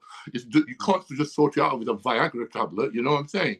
You have to get his blood test done, and you need to see where his hormones are. You know, and from there, that's why I always recommend people when they go on a cycle, you get your hormones done off a cycle or on a TRT dose, and then get them done 4 weeks to 6 weeks into a cycle, see where everything is, see where your estrogen is, see where your prolactin is. These type of hormones, you know, they can affect things, you know what I mean? And this is an aspect of bodybuilding what a lot of people don't talk about, you know what I mean? Which is, you know, really sad, because everybody just talks about, oh yeah, trend, I can just shag any bird when I'm on trend. But you have to think about coming off stuff as well and being healthy at that stage, you know what I mean? Yeah. But it's also, I think there's a lot of, so the misconceptions that come with steroid use even from back in the day, and I still stand by it, right? Is if you're a dick, going on cycle just makes you a bigger dick. Yeah, makes you a bigger. It's simple. Yeah, yeah, that's and it exacerbates, like, not just like emotions like that, which is kind of where roid rage came from. But if you're not on point, it exacerbates sadness. It can exacerbate any emotion, because it is an emotion hormone. Like, it's what it is. So you need to be on point of things to kind of recognize that you're not necessarily thinking straight before you go and ruin your whole fucking life. It's a very rudimentary explanation, but the truth is that it also comes down to your reasons. You know, if you're doing this for vanity, largely you'll tend to find that your responses to these hormones are going to be far worse, because you're not able to step away from it and understand it and digest it in the same way that those who are using it as a performance enhancing drug would. Those are doing it for their own vanity and how it makes them feel. That you know can make things 10 times worse from my experience. I think that, you know, I don't think, you know, as bodybuilders, I don't think we do it as there is a percentage of vanity, but I think the main thing is we're doing it for, we want to be the best, and that ego will keep, you know, that we're ego driven by that. Wouldn't be, you know, as a bodybuilder, if you're not ego driven by being the best, then why the fuck are you suffering and doing all this shit for? You know what I'm saying? But then you've got to step back and say to yourself, listen, I need to give my body a break. You know, also got to give. It's like giving your digestive system a rest. You know what I mean? Like once a month, I will fucking fast. You know what I mean? Myself, just to, you know, for a couple of days to just reset everything. You know what I mean? You're not going to lose fucking much from fasting for 2 days. You know what I'm saying? So just like give your body a rest from all the crap you're eating all the time. It's like your digestive system is never getting a fucking rest. And then before you know it, you're getting fucking gut issues. You know what I'm saying? It's because your body is fucking saying, I need a fucking rest. Flush me out. You know what I mean? Clear me out. And it's the same way, you know, being on a steroid cycle for fucking too long, and then your body's going to do the same thing. It's going to stop responding. So you might get to a point where this is your baseline, and you're fucking taking X amount of tests, and you're up there, then you're taking a bit trend, you're up there, and you've been doing it for a while then. So then what happens is, when you come back down there, that doesn't feel like it's your baseline anymore now, because your body's used to a high amount. So your baseline becomes a bit higher now. So you have to fucking take gear to get to that baseline now. And then that's what's happening. You know what I mean? So it's a fucking never-ending cycle. That's why I always say to people, you need to come back down and let your body recover fully before you go back on. You know what I mean? Whether you're doing HRT or whether you're coming off fully and doing a PCT protocol. You know what I'm saying? And if you're trying to run HRT, you need to get your bloods done and check that you're actually there. Yeah. So many people are like, well, the term cruise got used for a bit, didn't it? Because that kind of removed the need for it to be anywhere near like normal. And then people's cruise cycles just turned into cycles. They just call them TRT plus now, don't they? TRT plus, yes. I've seen people and they said, "Oh yeah, I'm just taking TRT," and they're like, "Yeah, I'm on like 500 mgs a test." Yeah, you know what I mean? Fucking hell. Yeah, that's TRT if you weigh 500 pounds. Exactly, and yeah. And that's what I mean with the mental aspects of bodybuilding. The gear side is the biggest factor for a lot of people. This is why you get some people who are fucking knobheads and they take you out on their fucking mistresses and fucking just dicks in general. You know what I mean? Not every fucking bodybuilder is like that, guys. You know what I mean? Yeah, I always say to people, like, if you're fucking a dickhead when you get drunk, you're going to be a dickhead when you fucking go on gear. You know what I mean? And that's that person's personality, end of. You know what I mean? Yeah, absolutely. Right, okay, so we're an hour and a half in. So what we generally do, Zach, towards the end, we ask our guests for 3 top tips. It was previously 5 top tips, but we were struggling to get 5 out of people. We struggled to get 5 out of ourselves, if we're honest. Yeah, we tried it on ourselves once. We were like, shit, this is hard. This is hard. Yeah. So it doesn't have to be bodybuilding related. Doesn't have to be anything in particular, but I guess just stuff that you feel like you could give to our viewers as tips, like just general overviews of anything really. Three top tips. My first top tip would be for anybody who's coming into bodybuilding is listen, fucking get an education, get a qualification, go to fucking university, do everything. Do bodybuilding as a hobby, not as a fucking career. That way, if it does turn out into a career, your bodybuilding, great. But if something does happen, like me getting injured or something, you've got your fucking career to fall back onto. You've got qualifications there. You can do something without, pretending to be, a fake coach. You know what I'm saying? Simple as that. And also, with training-wise, guys, keep it fucking basic. And, learn to execute the fucking reps properly. Don't worry about the weight. The weight will come once the reps, are there. And that's the main thing I think with a lot of people I see in the gym. They still don't know how to execute a proper rep because they've been watching too many Instagram fucking people throwing weights around and they got fucking bad form and bad, you know what I mean? And they picked up bad habits. And also, if you're thinking about, if you're never going to compete, don't even think about taking steroids, you know what I mean? If you're thinking about competing, and then think long and hard about steroids, and do your own fucking research. Don't rely on other people's research. When you're taking something like fucking steroids, then it's going to change everything once you've took it. There's no going back. Your body will never be the fucking same again. People will say it's going to be the same. It never will be the fucking same. So once you make that fucking dive into the dark side, be fucking sure that's what you want to do and you want to compete. You know what I mean? Definitely, that's something you need to think long and hard about and listen to people who have done it as well, you know what I mean? Been there, done it, and get advice of somebody who's fucking competed and who's done well for himself, you know what I mean? That's got to be the most coherent top 3 tips and actually informative and useful top 3 tips we've ever fucking had. And I'd like to say, because you were prepared, I'm pretty sure you weren't. No, I wasn't prepared. I didn't even know I was going to fucking get them asked, you know what I mean? Off the cuff, fair play, but that was fucking superb. That's the problem you've got nowadays. It's like people, you know what I mean? They just fucking assume things are going to be different, you know what I mean, once they fucking compete and take gear, you know what I mean? And that's their fucking problem. But this sport is not for people who are going to be half-assed, you know what I mean? And the problem you've got is people will just do one show and never compete again. And you know what? They fucking ruined the body. Yeah. When they should have just stayed natural, you know what I mean? Yeah. You know, on that case. You can't say it to people these days, though, can you? Because this we've got the society these days is deemed as bullying. But if you tell somebody, yeah, genetically, mate, you're never going to do anything bodybuilding, so just don't bother. I always say to people, listen, if you're going to think about taking gear, do it this way. Train natural for 5 years and see how well you do. Because if you can train natural and people in the gym say to you, you look fucking good, then you know what? You've got the genetics to do it. You know what I'm saying? But if you are fucking on gear and people think you're natural, then that tells you everything you need to know. There's so many of them, though. I don't think people realize how many of them there are.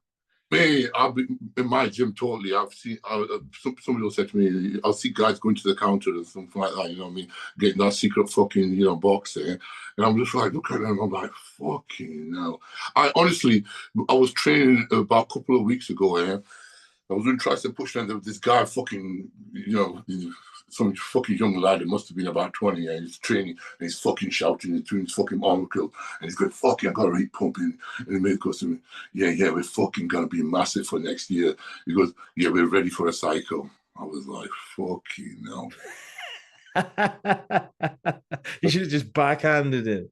I honestly felt like just fucking wrapping that tricep bar around his fucking neck and just put him on it. You know what I mean? I think a lot of people are trying to use the gear to basically fill in the gaps of not looking after the rest. and it needs to be the icing on the cake. And if you've got no fucking cake, it doesn't need icing. You need to go and fucking bake something worth doing first. You know, get your diet fucking spot on. Why would you take the health risks and all the other risks when you haven't explored the perfectly safe opportunities to gain? Where if you got your diet right and trained correctly, you wouldn't need the cycle at this point anyway, because you'd still make the...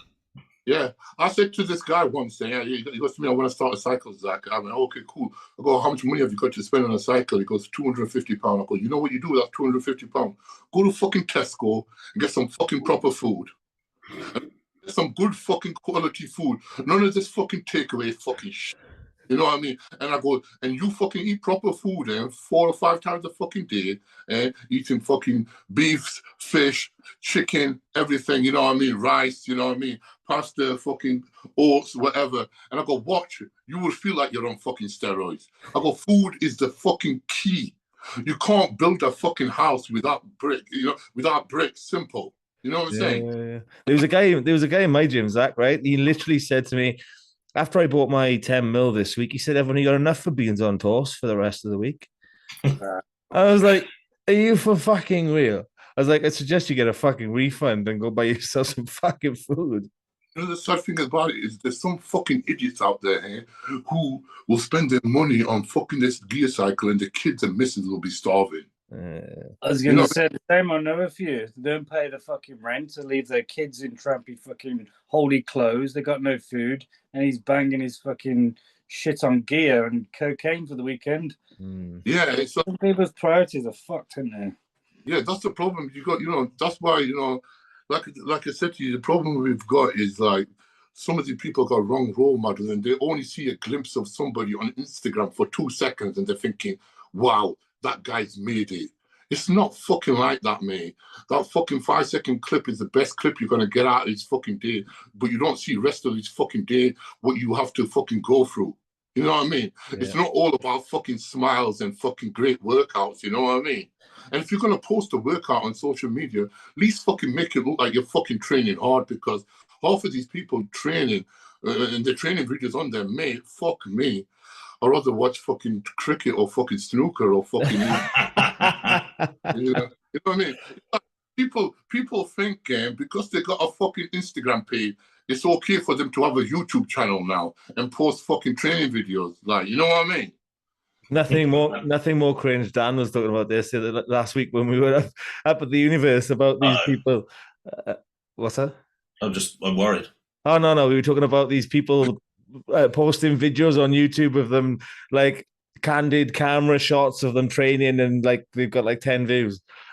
It's like, who the fuck are you? Hey, listen, I see some people doing fucking Instagram live and saying, listen, mate, just do a fucking 1-to-1 fucking phone call with your mate on WhatsApp. You know what I'm saying? Nobody's fucking listening to your life story. You know. And the thing about it is like you said, everybody thinks they're going to be that Instagram famous. You know, it's like, you know, Forex. Remember Forex and Bitcoin? Everybody were fucking talking about that through the fucking lockdown, and everybody saying, oh yeah, I made fucking loads of money. If you're making loads of money from Forex and fucking trading and shit, why the fuck do you need money off other people? Yeah. And why are you sharing the secret if it's done deal? The only people making money are the ones teaching it, because they're not making money themselves. They know. No, that's what I'm saying. It's like it's the fucking same way. It's like no coach and no bodybuilder is gonna teach you the secret to fucking being a pro. Well, all we can do is teach you the right habits to get right now what we fucking got wrong when we started training, and that's fucking valuable information, and you should pay for that. You know what I mean? For somebody who has been training for so long and, you know, got that blueprint right, so you little fuckers don't have to make them mistakes, but you still are paying so many coaches and you're still fucking training like shit. You know what I mean? Yeah. I don't understand it. Yeah, I wish that there were some good, reliable ones when I was starting out. I didn't even know a bodybuilder when I started. I didn't even know one. I I remember When I first started, I didn't know one. I had a guy who was Yeah. into training. We read the magazines and we got okay, but I didn't know an actual bodybuilder. Yeah, the big guys in my gym told me you've got to just got to eat, right? And it was good information, but they failed to tell me the pasties and crisps weren't on the menu. So I just turned into a puddle. No, the problems you've got them, Dave, were they didn't know how to fucking communicate that information forward to us. You know what I mean? And the thing is, but we know how to do that because we've been there. What I'm talking about is the younger generation now. Asking the guys who are coaching now and stuff like that. It's like there should be no reason for somebody to be wasting their fucking time, and not making the improvements they need to in their career early. You know what I'm saying? Yeah. There should be no reason that 18-year-old kid who comes up to one of us for coaching advice, and by the time he's 21, he's won a title. Yeah, absolutely. And at the end of the day, those are valuable years that you would save, and they all add up. We know that after all these years of being in the game. But and it's the main thing as well. It's consistency. We're all consistent in what we fucking do day to day. It is our life. Yeah. We eat our fucking meals. I know exactly what my meal 1's gonna be, what my meal 2's gonna be, what my meal 3's gonna be, no matter what fucking day it is, because that's the way we are. We're fucking autistic as bodybuilders. We like fucking routine. We like certain things, and we don't like change. Do you know what I mean? And that's the way you have to keep it. You have to keep it mundane. You have to keep it fucking basic, because that's the way we like to function. You know what I'm saying? Do you reckon we can get them to do that? They diagnose everything these days. They could be like, your diagnosis is you're a bodybuilder. Yeah, that'd be good. Here's your pro card. Here's your pro card. Depends which Fed it is. Yeah, Miami Pro. Thanks. Miami Pro. Oh, now bombshell. You guys coach people as well, yeah? You coach people. I do, yeah, and PT them in real life. I like doing that as well. And how do you find coaching people nowadays? Like, is it fucking hard for you? I have to battle against whatever the new thing is quite often. So there'll be a post or something, and then I have to explain, like, okay, I mean, that's a thing, I get it, but for you, let's not do it. So yeah, I do find a lot of my time is trying to avoid falling into the trap of overcomplicating stuff. And also, what I do say to people is that I will tell you what I'm doing and why I'm doing it, but I'm not an education service. I don't say this, but some of the time I'm saying, and you don't have the capacity to deal with it if it was. So just eat your fucking chicken, shut up. It's like what I always say to guys is that when they come and ask me the new fad and they say, oh, I see so-and-so doing this, or so-and-so doing that, and I'm like, yeah, exactly. That's so-and-so doing it. We're doing what you need to do. We're doing what you need to do to improve. I go, once you stop improving, then you can say to me, okay, let's look at something else. You know what I mean? I go, this is why I ask you how you feel after each meal. This is why I ask you what your energy levels are. This is why I ask you if you've got digestive issues. You know what I'm saying? This is what a coach does, and it's your job to tell me. If you don't tell me these things, then I'm thinking everything's going great. Do you know what I'm saying? No news is good news. Yeah, exactly. And that's the problem you've got. Is like to see so many other people and coaches on Instagram, and they think that they're doing something what they should be doing, and you're not telling them, which is well, the main thing is the consistency. Follow one person for long enough to figure it out. You can't just stitch everyone's methodology together and multiply the results. That's not how it fucking works. Perfect example is go to a fucking golf range, and try to hit that ball first time. It's not gonna fucking happen. But do that continuously, same fucking swing, same fucking swing. Do that day in, day out for 1 fucking week, 1 month, and watch things improve. You know what I mean? The thing about bodybuilding is you have to believe in the process. You have to look in the mirror and say to yourself, nothing's happened today, but something will happen. And you have to believe that notion that I am doing something, but until one day it starts looking like it's happening. And all that stuff what you've done before is all that invisible fucking stuff what's built up to that point where you are now starting to look like you should look. And that's the problem, is a lot of people, they see no results. They're thinking that's wrong, but they haven't done it long enough to see that result. That's fucking real wisdom right there. That is. I literally couldn't have said that any better if I fucking tried. Yeah, It's fucking bonkers. That's the snippet. Yeah, definitely. I mean, it's like people want something tangible, and ultimately, it's less visible in this sport than it is in others. But you wouldn't quit if you were doing it in the others. So Yeah. Do you know what I mean? It's like, a soccer player would be doing that kick day in, day out, and not giving up on it because he knows that's gonna fucking get him better. But us as bodybuilders, people want to change their fucking routine. People want a new fucking training routine, and they're so quick to quit on that coach and that training routine, and that diet. I always say to somebody, it's like this, Dave. When I do a diet plan for somebody, and they say to me, "Oh, I don't see no cheat meal there." I went, listen, you've been fucking cheating your whole fucking life. That motherfucker, chill out. Fucking cheat meal already. I go, how many cheat meals have you had right up to this point now? You fucking wanted to do this diet. I go, so get your fucking frame of mind right, because I can't just delete everything you've done for the past 20 years with a fucking 4-week diet or a 6-week diet. You know what I'm saying? Did he come back next week, or did he go to a different coach who gave him cheat meals? It is a big problem, isn't it? I think in society today, this new generation, they want everything instantly. Everything you do, there's no such thing as date anymore. You don't go out and meet girls. It's just swipe right.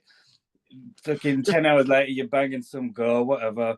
Yeah. Everything in life is handed to you immediately. And with social media and what people are seeing constantly, they want it now, and they're not prepared to put the fucking hard work and wait that time what it takes. I'm telling you straight, I've seen guys go out to Dubai. You see them in fancy restaurants, amazing fucking cars. You've seen them around, amazing fucking, scenery, everything. But you will never see them post their fucking shitty apartment. You will never see them post that, because that gives away their fucking true, identity. They're just trying hard as everybody else. We can all fucking post fucking nice hotels, and shit, and it stood next to a nice car. That doesn't mean shit. So guys, don't fall for that fucking trap. You know what I mean? Just because you see fucking certain guys doing certain things, you think they're making big moves. They're not. Just concentrate on yourself and be fucking consistent and know where you want to go in 5 years. If you don't know where you're going to go in 5 years, you're going to be stuck in the same fucking place. Yep, absolutely. True shits, man. Right. On that bombshell, I think we're gonna have to get ZAK back. I know there's so much more to be said, but we're like almost too much. Yeah, man. Guys, it's been an honor, and thanks for having me on. Oh, mate, it's been great having you on. Really appreciate it. Definitely, man. It's been a long time, man. We need to get a catch up and get a training session or something. And like I said to you, we'll all have to get a fucking training session in sometime. Fucking sort something out. We get it fucking taped, everything, mate. You know what I mean? Where's your gym based, Zach? I've never even been to your gym. No, I haven't got a gym no more. But like I said, we can always go up to Amps gym, innit? Is that where you're training, Dean? What's it now? Amps. No, I'm not. I'm fucking miles away for Amp, but I'm always up for a trip. Always. Where are you then? I'm in Bristol, which is like fucking 6-hour drive. We can meet up at Birmingham or something. Yeah, Birmingham's a good show. Yeah. Suits me. It's on my doorstep. Yeah. Well, let's just sort something out and get something together, mate. You know what I mean? Let me know. I'd love that. Well, we gotta do a Christmas special. We might as well tie it up as a winner. That would be good. Yeah. We'll all do a grumpy man's workout. You know what I mean? Fucking yes. Yeah. No, guys, it's been an honor. Thanks for having me on, and you know what I mean. It's been nice chatting to you all. Thank you. Yeah, you too, man. Thanks for coming on. It's been wicked. I mean, yeah, it's a pleasure. Big love, man. Big love. Easy. Take care, Charlie.